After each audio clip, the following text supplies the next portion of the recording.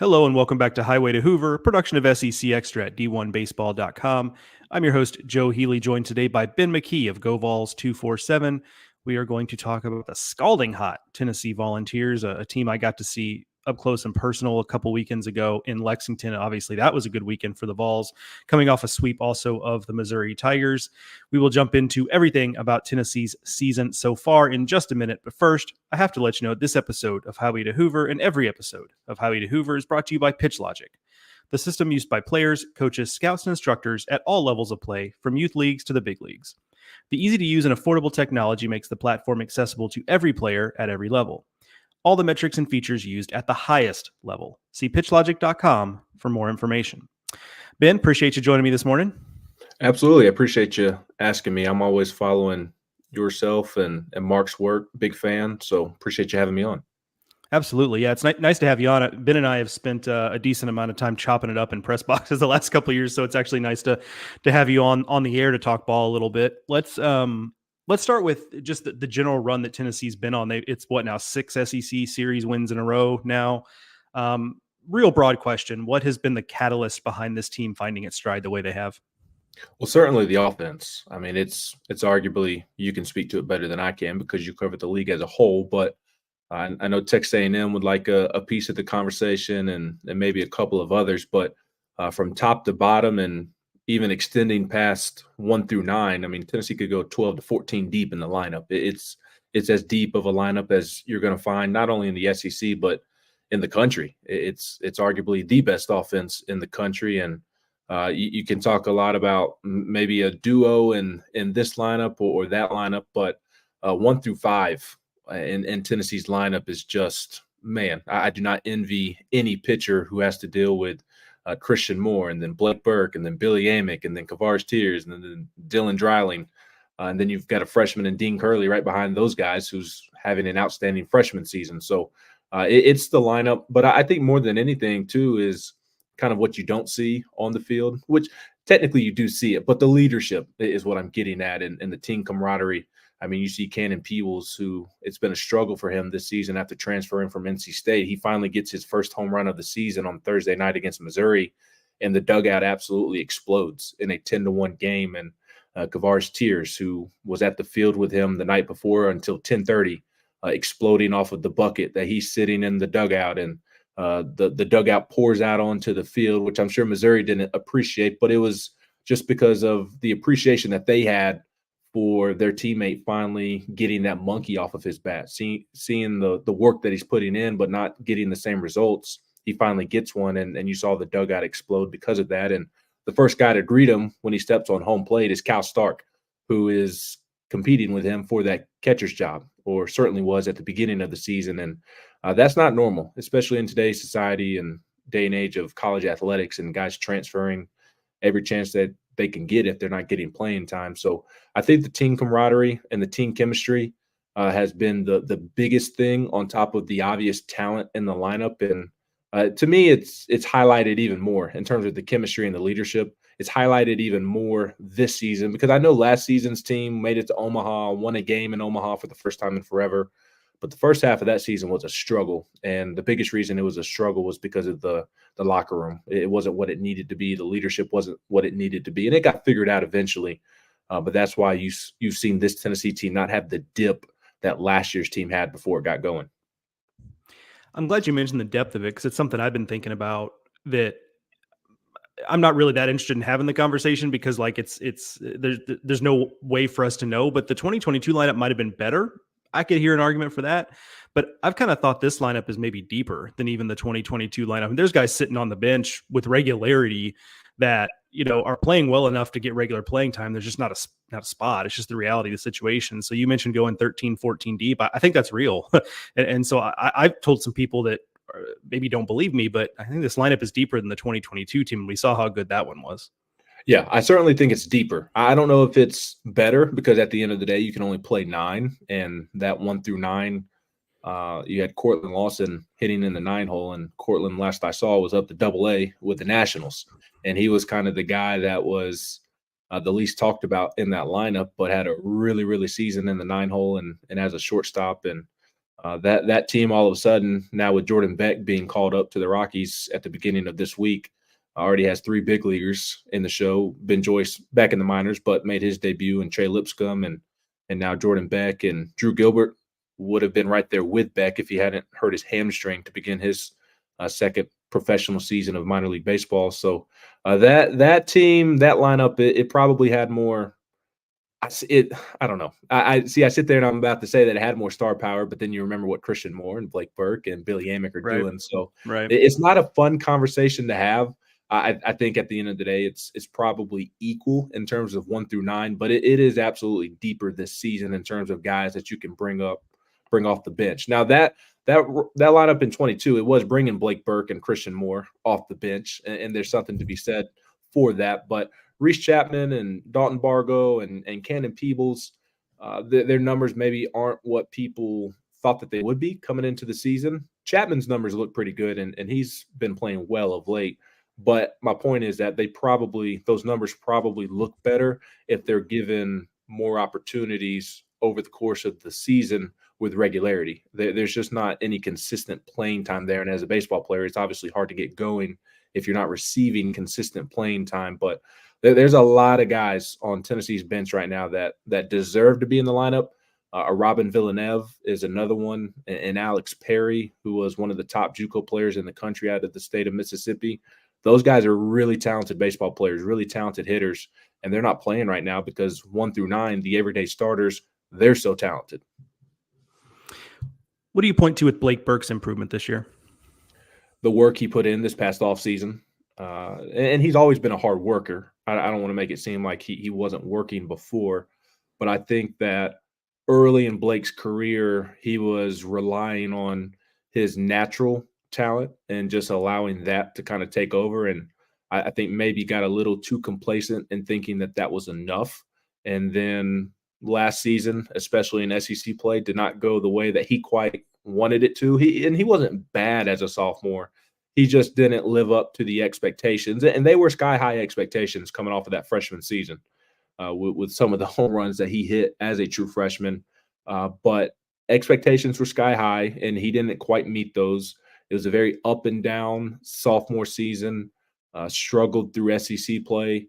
And to me, he's developed into a more all-around hitter and player as well. Everybody talks about the bat with Blake Burke right now, but he has been exceptional defensively this season. I mean, he has saved a number of throws from the infield this season, whereas you hadn't really seen him picking throws out of the dirt in the past.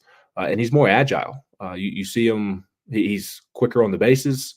I don't have the stats in front of me, but I think he might be the Tennessee's leader in stolen bases, or he's number 2, number 3, something along those lines. And granted, Tennessee doesn't steal a lot, but still, Blake Burke being your team's leading stolen base guy is pretty remarkable. And it all goes back to the work that he put in this past offseason. He's from California, so that month and a half or so in between Omaha and the fall semester starting up, he could have gone back home to be with family during that time. He could have gone and played in the Cape Cod or another prestigious summer league, and he chose to stay in Knoxville and put the work in. And he spent a couple of days back home with family, and then he got back to Knoxville and got to work with Tennessee strength coach Quentin Eberhardt, and he lost some weight.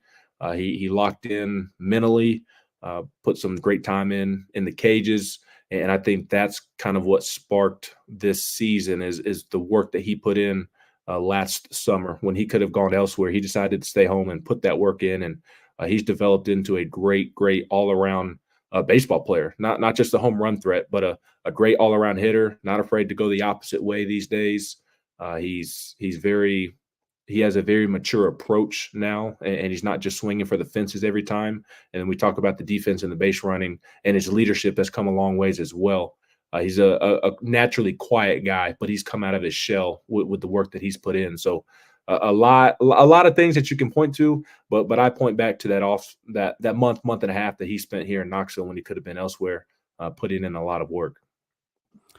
He is just to follow up on that. He's second on the team in stolen bases behind, and this will be a good segue, Dean Curley. I was going to ask about Dean Curley and talk about taking advantage of opportunities. In the offseason, I heard as much about Ariel Antigua as I did Dean Curley in terms of immediate playing time. Antigua goes into the season with a bit of an injury.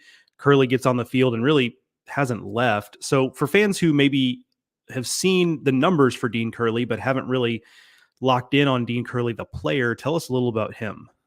Yeah, I thought Ariel Antigua was going to be the opening day shortstop, and then he slides into a base and jams his thumb or something along those lines and has to have surgery, and that put him behind the 8 ball. And you've seen glimpses of his ability defensively, but Dean Curley certainly benefited from Ariel's injury, unfortunately. But Dean was a guy watching during the fall and going to their scrimmages and both public scrimmages when they played Sanford and Virginia Tech in the exhibitions and even scrimmages they had at the stadium. Dean Curley was my favorite freshman just because he reminds me of that gritty, old-fashioned baseball player that just does everything well. He may not have an elite tool where, like, you point to Blake Burke's power or something along those lines, but he just does everything well, and he does everything at a pretty high level. And he's been able to translate that from the fall to the spring, and just another big time recruiting win for Tennessee. Quite frankly, a kid from Southern California who kind of has that Southern Cali vibe to him. I remember asking about him before he got to Tennessee because he was one that they were worried about the draft with to a certain extent. They weren't shaking in their boots or anything, but they were a little bit worried about the draft with him. And when I asked about him, the response was that he's got that Southern Cali vibe to him, that stereotype. He's got it. He's just relaxed, laid back, and he just wins. He competes and he wins. And you've seen that from him this season. He's very quiet. You really got to work to get words out of him. But he's been tremendous. And on the field, he just has incredible strength for a freshman. He's a big kid. Has a great frame, and you see that in the box with some of the power that he's displayed this season, and has a great arm at shortstop. I don't know if shortstop is his long-term destination. He's probably Tennessee's starting third baseman next season after Billy Amick moves on, and Ariel Antigua slides in there at shortstop, and Curley probably plays third. But he still has a strong arm, and he's been everything that they thought he would be. He was a top 150 recruit or so, and he's certainly lived up to that and more. Yeah, I mean, it's a pro body already. I mean, it's 6'3", 212. It's the strength is there. Like there's a real chance that, he gets into the strength program in the off season and comes back next year and is just a monster physically. Like you could see that type of thing happening. Let's flip to the mound real quick. What has been, let me phrase it this way. It's a team that's had to kind of mix and match a little bit. Injuries have gotten in the way. Some inconsistencies gotten in the way. What are you confident right now let's take Drew Beam out of it. Other than Drew Beam, what are you confident in on the mound with the Vols right now? Aaron Combs. Aaron Combs has been tremendous the last couple of weeks. And he got off to a slow start, not the start that he would have wanted. The command wasn't there. And I think that was just all about he was limited in spring practice right before the season started. Those couple of weeks in January that they were practicing. I believe he was even shut down for about 2 weeks or so, just general arm soreness, nothing serious, but general arm soreness. And he was shut down and he wasn't throwing. And that obviously set him back. And it took him time to build reps up. And now he has built the reps up. And you're seeing the Aaron Combs that they thought they were going to get. And the Aaron Combs that had a couple of big outs in Hattiesburg last year to send them to Omaha. And it's a velocity on the fastball that's gotten up to 95, 96. So there's been an uptick in velocity, and then his curveball is just absolutely nasty. And you pair that curveball with the fastball, and it's deadly. And he just has a moxie to him. He's another quiet guy, but his entrance and warm up song when he's making his way out to the mound, it's different than what you're used to. It's not hip hop or rap or country. It's heavy metal, which you don't see a ton of these days. And Tony Vitello likes to pick at him about that, but it fits his personality to where he just kind of, he's not afraid of the moment and he goes in there and gets the job done. So he stepped up in a big way these last couple of weeks when Tennessee needed it most. Kirby Connell has also seen an uptick in velocity, and I think that's allowed him to take on a bigger role this season. He was kind of that lefty-lefty matchup in a jam type of guy, come in and hope to get a double play or get a pop-up because his stuff doesn't overwhelm you. but his breaking ball and his secondary pitches are pretty nasty at times. And you pair that with an uptick in velocity, and he just pounds the zone with strikes, which does get him in trouble at times. But that is a pitching coach's best friend. They love when their pitchers pound the zone, obviously, and Kirby does that. And he has been able to take a step forward, I think, this season because of the uptick in velocity. And just this past weekend, Tony Vitello makes an interesting decision. I was surprised Tony made it at the time on Saturday in Game 3 against Missouri. Aaron Combs pitches a great 7th inning. He'd been rolling of late, as I mentioned, and Tony decided to go with Kirby for those last 2 innings against Missouri. And Kirby just absolutely shoved. I thought he looked the best he's looked in a Tennessee uniform, even if it was against Missouri's offense. Like that was still very impressive what Kirby was able to do to close out that game. So those 2 guys have taken big steps forward of late, and I think you feel good about AJ Causey right now as well. The opener role, I don't know if it's best suited for Chris Stamos, but I think it's really working for AJ Causey because he's been terrific the last 3 weeks against LSU, Kentucky, and Missouri after they made that switch. He got rocked against Georgia and Auburn, and then they made that change to bring him out of the bullpen after the opener, and it's worked for him because he's been dominant as well. So those are kind of the 3 guys right now outside of Drew Beam, if we're removing him from the conversation, that you feel good about. And Tennessee's hoping they can get A.J. Russell back in the mix, and that would be a huge boost if they're able to do so. I was actually going to ask you just real quick to give us a feel for what the latest on A.J. Russell is. What's the official word on where they're at with him?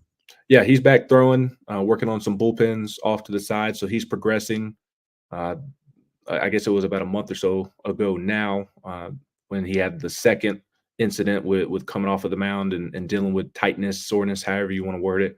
They did all the MRIs and fun stuff, and the tendons and ligaments were all intact, which was obviously great news. And it was just going to be more cautious than anything this time around, since this is the second time he had to deal with tightness.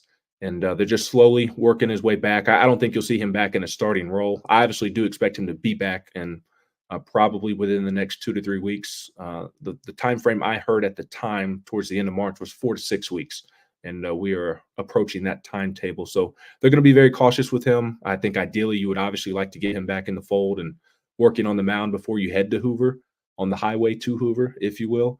And I think he is certainly approaching that. I don't think you'll see him back in a starting role. Not only are they going to be cautious with his rehab these next couple of weeks and get him back out there, but even once he is back out on the mound and playing, I think they'll still continue to be cautious with him and use him as more of a bullpen piece than a starting piece. It obviously hasn't been perfect for him, but how nice is it to see Xander Sechrist get his shot at a weekend role? I mean, he's a guy that's just kind of grinded away as the midweek guy and kind of done a lot of different things and had a lot of success. And look, it doesn't look like an SEC weekend starter. I don't think he'd even mind me saying that, but he's had a decent amount of success. So how cool is it to see him be rewarded for what he's done for the program? Yeah, it's really, really cool because Xander is everything that is great about college athletics. And especially college baseball. I mentioned earlier that today's day and age of college athletics, guys run and transfer and get as far away as a challenge or competition as they can these days. But Xander is just the ultimate teammate and has just been very happy to be a Tennessee baseball player and has kind of just waited for his time. And it hasn't been perfect this season by any stretch of the imagination. But he just continued to put the work in, and he's had some big time outings this season, shutting down Georgia's lineup in that series finale to help win that series. So it's really cool. Xander is an awesome young man. He's a funny young man. Him and Kirby Connell, you get those 2 guys together, and it's a circus act, quite frankly. But you just feel really good about these type of stories. It's why we love college athletics, the Xander Sechrist story, because he waited his turn. He's the ultimate teammate, and he's put in a ton of work to earn this opportunity. And although it's been bumpy, he's had a really, really solid season. And he's going to have to be a piece of the pie if Tennessee is going to get over the hump and win more than one game in Omaha or go win a championship. Xander's going to have to be a piece of the pie. And right now, he looks like a pretty good piece because he's been pitching well these last couple of weeks. He's figured some things out. I think he's pitching with more conviction. He does have to be more of a pitcher than a thrower. He doesn't have the stuff of Chase Burns or somebody of that nature. and I think he's had to learn how to pitch and pitch with conviction. I don't think he was really doing that the first couple of weeks, but he's been doing it the last couple of weeks, and the results have been better. Last question for you, also on the mound, is what you make of the group of freshmen that have taken the mound. Because the reality is, even for a very good team like Tennessee, you're going to get into a regional and there's going to be a spot where you just need to put somebody on the mound who hadn't thrown in a while and you're going to roll the dice.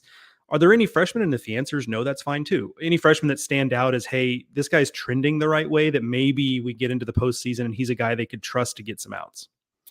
Yeah, that one's been an interesting storyline this season because you thought Derek Schaefer and Matthew Dallas, two big-time arms as freshmen coming in.